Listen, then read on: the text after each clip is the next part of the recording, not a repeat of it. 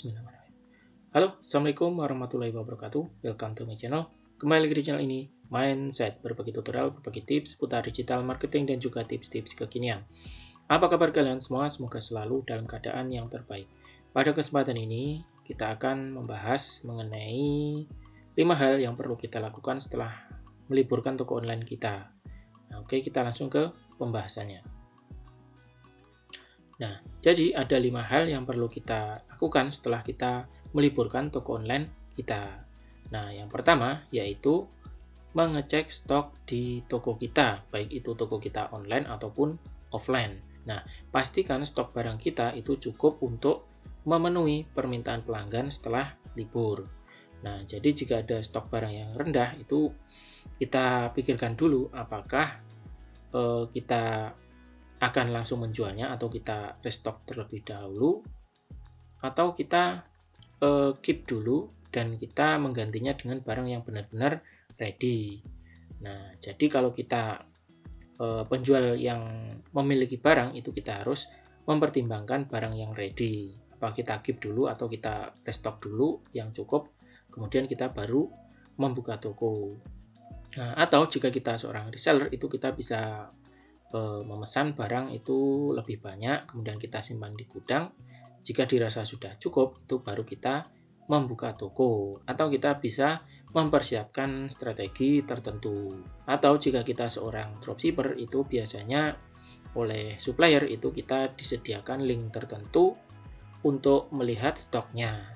Jadi kita cek dulu stok dari supplier itu apakah sudah cukup, dan juga jumlah barangnya itu sudah ready untuk kita jual. Nah, kalau dirasa sudah oke, itu kita ke tahap selanjutnya sebelum kita membuka toko, seperti itu. Nah, selanjutnya setelah kita mengecek stok, itu kita bisa mengupdate informasi produk dan juga toko. Nah, jadi setelah kita meliburkan toko, sebelum kita membukanya, itu kita harus mengupdate informasi produk dan juga tokonya, apakah masih relevan jika kita langsung membukanya, atau kita perlu melakukan perubahan-perubahan tertentu. Nah, kalau produk itu misalnya ada perubahan harga, kemudian judul produk, ataupun deskripsi produk, atau bahkan ada produk baru, itu kita harus mengupdate-nya agar tetap relevan dan juga akurat. Nah, dan kalau toko itu ya kita update gambar di toko kita, misalnya di halaman depan itu kan biasanya di dashboard toko itu ada banner. Nah, banner itu misalnya menginfokan toko kita libur. Nah, itu kita hapus. Kemudian kita infokan lagi kalau toko kita sudah buka. Kalau di halaman depan toko atau dashboard tadi itu dikasih informasi tulisan libur, ya kita informasikan bahwa toko kita sudah buka, seperti itu. Dan kemudian kalau misalnya ada kebijakan pengembalian, misalnya harus dulu tidak perlu mengunboxing, nah sekarang harus unboxing, ya seperti itu harus diupdate agar semuanya itu masih terlihat profesional dan terkini. Nah, jadi mengenai informasi produk itu harus up to date, baik yang lama ataupun kalau ada produk yang baru itu harus diupdate kembali sebelum toko dibuka. Jadi kalau buka itu sudah benar-benar siap, dan juga toko tadi harus diupdate juga. Nah, selanjutnya setelah kita mengupdate informasi produk dan juga toko, itu selanjutnya adalah mengecek pesanan dan pengiriman. Nah, ini kalau kita jualannya tidak hanya di marketplace ya, itu kita bisa mengecek pesanan yang masuk selama liburan.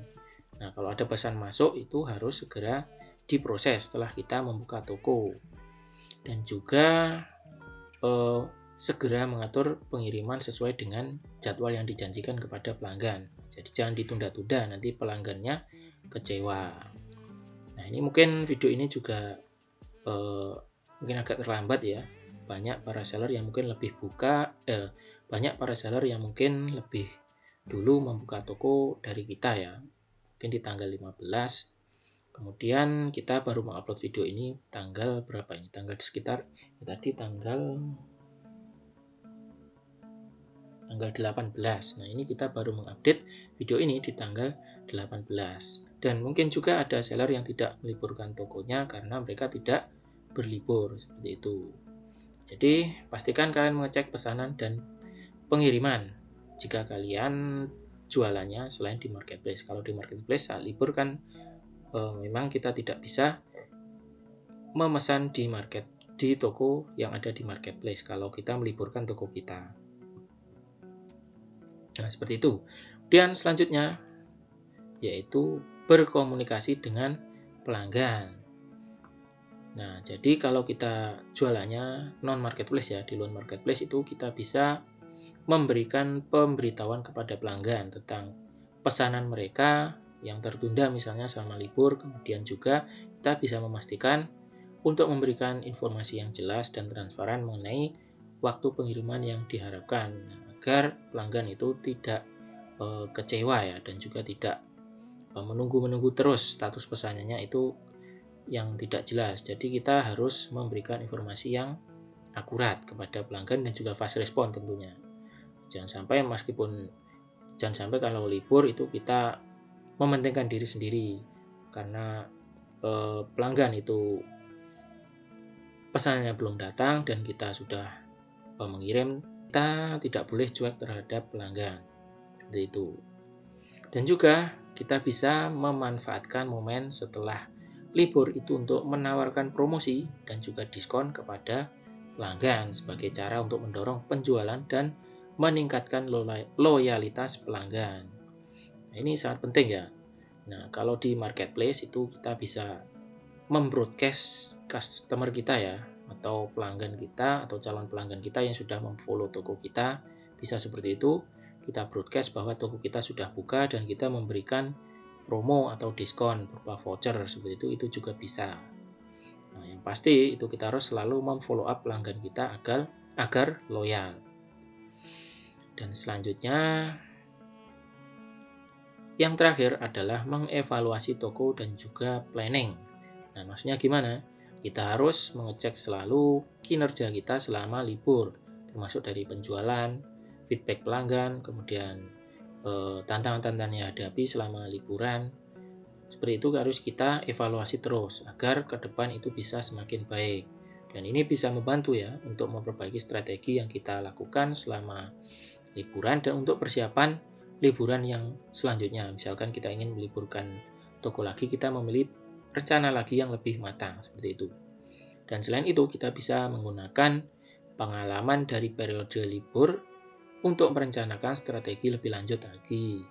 Nah, termasuk dari pemasaran, kemudian peningkatan stok, serta pengembangan produk. Nah, agar bisnis yang kita lakukan itu bisa berkembang lebih baik. Nah, kita tidak hanya puas dengan yang saat ini, tetapi kita juga harus memiliki visi ke depan agar bisnis kita itu terus berkembang, seperti itu. Nah, sudah selesai. Nah, jadi demikian tadi ya pembahasan mengenai 5 hal yang perlu kita lakukan setelah meliburkan toko kita. Mudah-mudahan sedikit sharing ini tadi bermanfaat untuk Anda semua, untuk kalian semua. Jika ada kritik, saran, ataupun pertanyaan, silahkan kalian cantumkan di kolom komentar. Nah, dari kita mengucapkan taqabbalallahu minna wa minkum. Syamana wa syamakum. Allahumma ja'alna minal aidin wal faidin. Mohon maaf lahir dan batin.